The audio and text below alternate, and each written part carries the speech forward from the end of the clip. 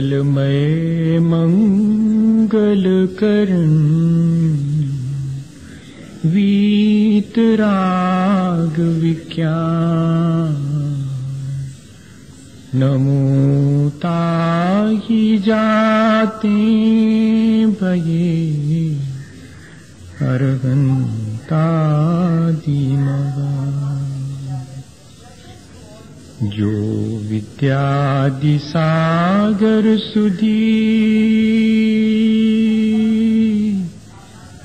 जो विद्यादि सागर सुधी गुरु हैं हितैषी शुद्धात्म में निरत नित्य हितोपदेशी वे पाप ग्रीष्म ऋतु में जल है सयाने पूजून के सतत केवल ज्ञान पाने पूजून के सतत केवल ज्ञान पाने। बोले भगवान महावीर स्वामी की, आचार्य कुंद स्वामी की, आचार्य गुरुवर विद्यासागर मुनि महाराज की।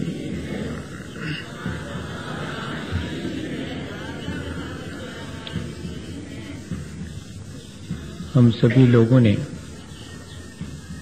पिछले 3-4 दिनों में एक बार फिर से अपने जीवन को बहुत गौर से देखने का प्रयास किया है। हमारे अपने जो कर्म हैं, जिन्हें हम रोज करते हैं या जिन्हें हम कर चुके हैं, वे कर्म हमारे पूरे व्यक्तित्व को, हमारे जीवन को प्रभावित करते हैं। वे कर्म हमारी वाणी, हमारे विचार, हमारी भावनाएं और हमारी दिन भर की क्रियाओं को भी प्रभावित करते हैं। ऐसी स्थिति में जबकि मेरे पहले किए हुए कर्म मेरे वर्तमान को प्रभावित करते हैं और मेरे वर्तमान के किए हुए कर्मों से भी मेरा वर्तमान प्रभावित होता है, तब क्यों ना ऐसा किया जाए कि इन कर्मों के बारे में ठीक ठीक जानकारी हासिल करें, क्योंकि मेरा पूरा जीवन कर्म से ही संचालित है। पहले तो मेरे मन में ऐसा भाव कभी कभार आ जाता था कि शायद कोई और है जो मेरे जीवन को संचालित करता है, पर अब तो पिछले दिनों से लगने लगा है कि नहीं, हमारे अपने जो कर्म हम कर चुके हैं या कि जिनके करने की तैयारी है या कि जो हम कर रहे हैं, वे सब हमारे व्यक्तित्व को, हमारे पूरे जीवन को निर्मित करते हैं या कि प्रभावित करते हैं। और जो कर्म हमने पहले कर लिए हैं उनका फल भोगने की बाध्यता है, ऐसा भी हमारे मन में लगता है कि अब जब हमने एक बार किसी से अपशब्द कह दिए हैं, किसी का खोटा कर दिया है, तो अब उसका फल तो हमको भोगना ही पड़ेगा। बहुत सहज सी बात है। सो ठीक है, वो फल तो मुझे भोगना पड़ेगा, लेकिन उस फल को मैं कैसे भोगूं, अब ये समझदारी तो मैं अपने अंदर जागृत कर सकता हूं, ये चतुराई और ये कला तो मैं सीख सकता हूं। ये बात जरूर है कि मैंने अपनी लापरवाही, मैंने अपनी अज्ञानता में किसी व्यक्ति के साथ बुरा व्यवहार किया है और उसका फल मुझे जरूर से मिलेगा, लेकिन उस फल को क्या मैं कमी वेशी कर सकता हूं? क्या मैं वो कर्म का फल न मिले इस बात का इंतजाम कर सकता हूं, या कि वो कर्म का फल मुझे मिले तो थोड़ा कम होकर के मिले, और या कि उसका स्वाद में बदल सकूं? तो पिछले दिनों हमने ये भी समझा है कि हमने यदि अपनी अज्ञानतावश कुछ ऐसे काम कर लिए हैं जिनका हमें मालूम है कि फल अच्छा नहीं मिलेगा, तो करने के बाद वे जो कर्म मेरे भीतर संचित हो गए हैं उन पर भी मेरा वश है। मैं उनको वहीं के वहीं अपने वर्तमान के पुरुषार्थ को जागृत करके नष्ट कर सकता हूं। मैं खोटे कर्मों की स्थिति, मैं खोटे कर्मों की शक्ति, इन दोनों को मैं कमजोर बना सकता हूं। मैं अपने वर्तमान के पुरुषार्थ से अपने पुराने अच्छे कर्मों को और ज्यादा डोमिनेट कर सकता हूं। इतना ही नहीं, जब मेरी सामर्थ्य है उन कर्मों के फल को भोगने की, तो मैं उनको बाद में आने वालों को भी समय से पहले ला करके उनका फल भोग करके नष्ट कर सकता हूं। ये तो मेरे अपने बांधे गए कर्मों की स्थिति है।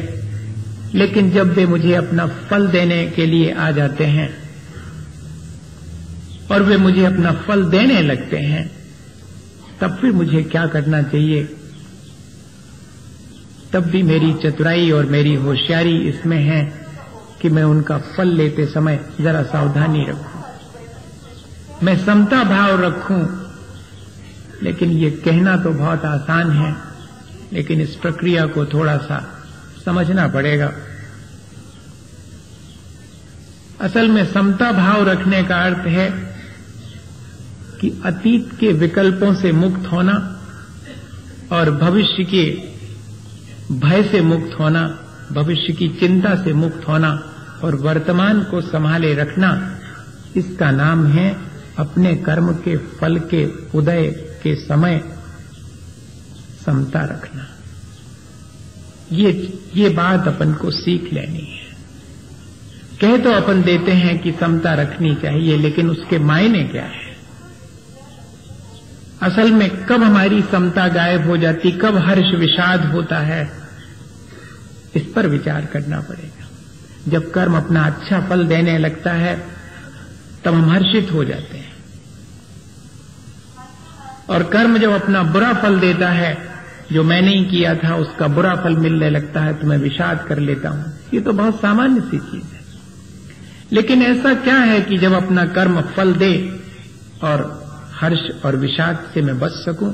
तो जरा सा देखूं संत लोगों को, और या कि फिर किसी छोटे बच्चे को देखूं, तो ज्यादा आसानी से मैं कर्म के उदय को कैसे समता से भोगा जाए, कैसे अतीत के विकल्प और भविष्य की चिंता से मुक्त होकर के वर्तमान को संभाला जाए, ये हम उनसे सीख सकते हैं। संसार में सबसे ज्यादा सुखी अगर कोई दिखता है तो साधु जन और या कि छोटे छोटे बच्चे खुश दिखाई पड़ते हैं, प्रसन्न दिखाई पड़ते हैं। और उसका कारण क्या है? आप किसी एक छोटे बच्चे को जोर से डांट दीजिएगा, डांटने के बाद वो रोने लगे, और जैसे ही वो रोने लगे और जिस बात के लिए डांटा है वो मांग रहा था मिठाई, तब वो रोने लगा है तो फौरन हाथ में आपने मिठाई दे दी, थोड़ा सिर पे हाथ फेर के प्यार कर लिया। अब जरा देखिएगा उस बच्चे की स्थिति, आंखों में आंसू हैं, चेहरे पर मुस्कान है और हाथ में मिठाई है, और आपके पास आके खड़ा है। वो ये विचार नहीं करता कि ये वही व्यक्ति है जिसने थोड़ी देर पहले डांटा था, वो इस बात का विचार नहीं करता। ये तो कोई दूसरा है, ये तो मुझे प्यार कर रहा है, ये तो मुझे मिठाई दे रहा है। इतने जल्दी? और हम और आप हों अगर, तो उसकी जगह पर ये वही व्यक्ति है जिसने मेरे साथ ऐसा व्यवहार किया। अब इसको मैं बहुत प्रोलांग करूंगा, बहुत लंबे समय तक इस चीज को ध्यान में रखूं। और वो